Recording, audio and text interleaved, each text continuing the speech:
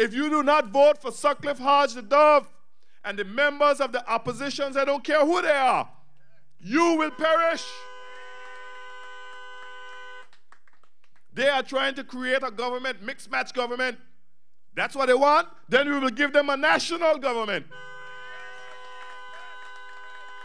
Then the people of Angola will vote every member of the front out and give them a national government. For too long, we have been misrepresented and underrepresented, and it's time for the people of Valley North and the people of Anguilla to be truly represented.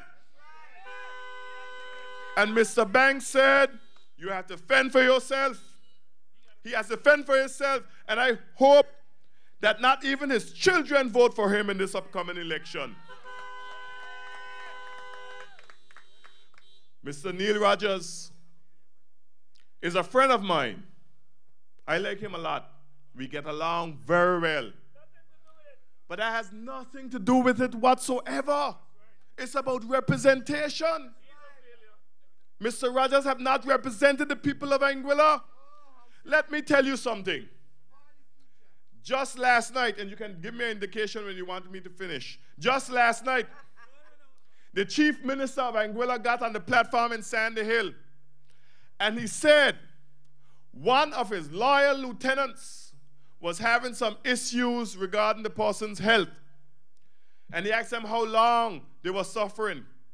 And they said, you know, I've been sick for a while. He said, don't worry about money. Get ready, and get ready to go to St. Martin to see the doctor. If Neil Rogers was doing his job as a Minister of Social Services and Minister of Health, the Chief Minister would not be sending his loyal lieutenant to St. Martin. They will be able to get proper health care right here in Anguilla.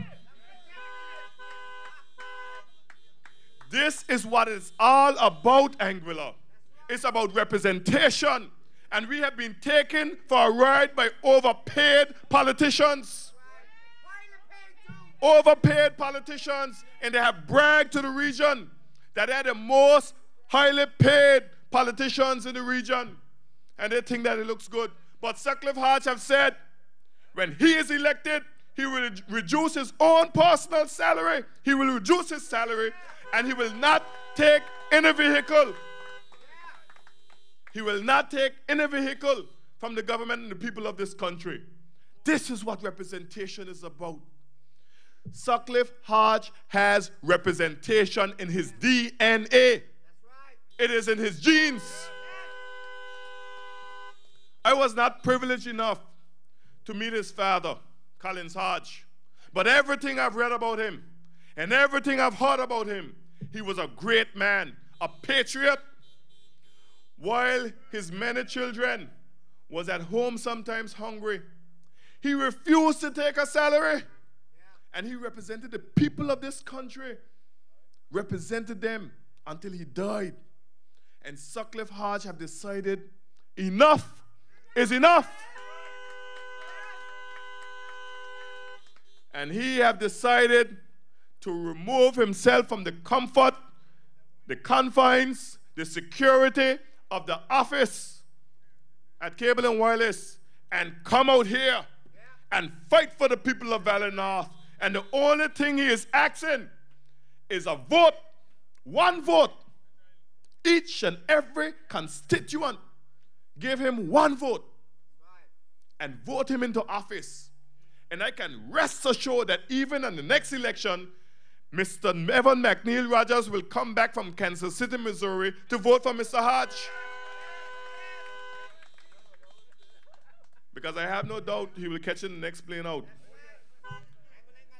And they say that Mr. Beard is suicidal. The other day, I asked a police officer to stay very close to Mr. Banks the night of election. And he asked me why. And I said, officer, to commit a crime, even attempted murder is a crime. And if Mr. Banks attempts suicide because when he loses that seat, there's nothing else he's going to do, you need to arrest him, stop him from killing himself. Because we do not want him to die. We want him to live a long life. Because the damage that they have done to the people in this country is going to take a full 5 years for Sutcliffe, Hodge, and the rest of the government to clean up. And I want the people of Anguilla to know, when Mr. Hodge is elected, you need some patience. He won't get it all done in the first year, but he will get it done. Sutcliffe Hodge has a history of accomplishment, and he will get it done. And you know what? The one thing that Sutcliffe Hodge will not have to do is to renounce his citizenship. He's an Anguillian. He has never sworn allegiance to a foreign power. And I would like to say tonight to my good friend Neil Rogers, Neil, come clean.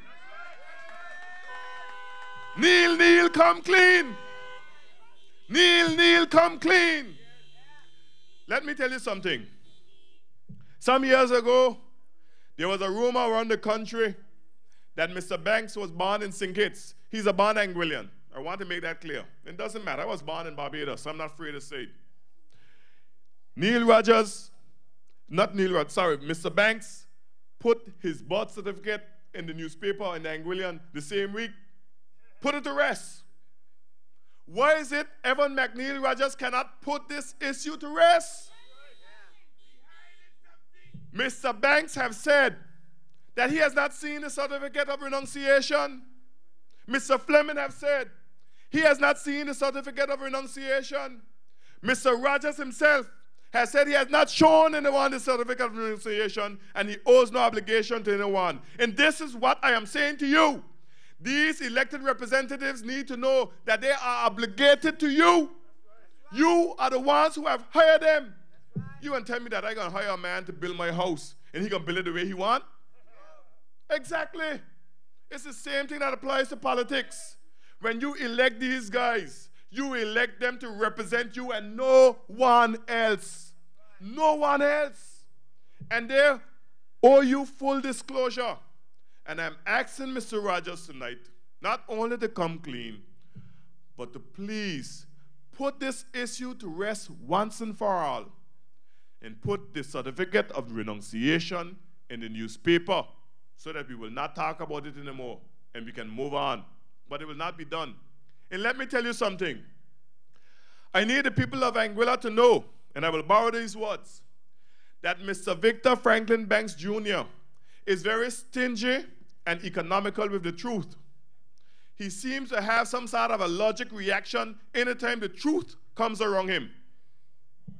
And listen, Mr. Banks was on a radio show, and when he was asked about Mr. Rogers' certificate of renunciation and his citizenship, Mr. Banks said that Mr. Rogers gave up his citizenship a year before the 2005 elections, but the record shows that Mr. Rogers went to Barbados in February of 2005, a mere 3 weeks before the election.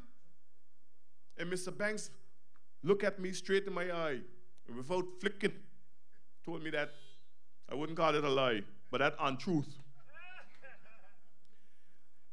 And then, when I asked him about the many issues of conflict of interest in Anguilla, he turned to me and he said, "It's not a conflict of interest, it's a convergence of interests."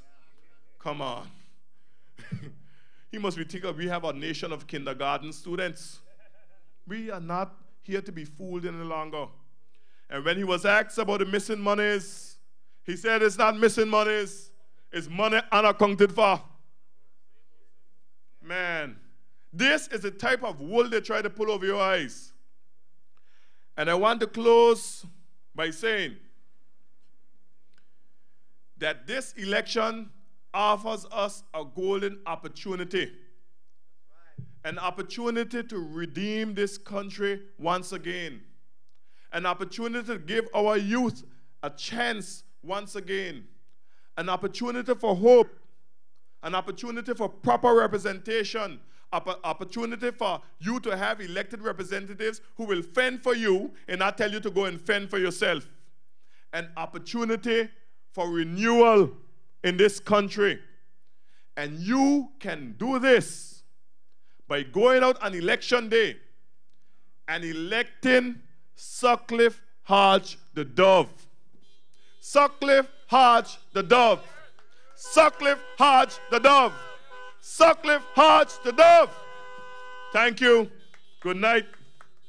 And may God bless Anguilla.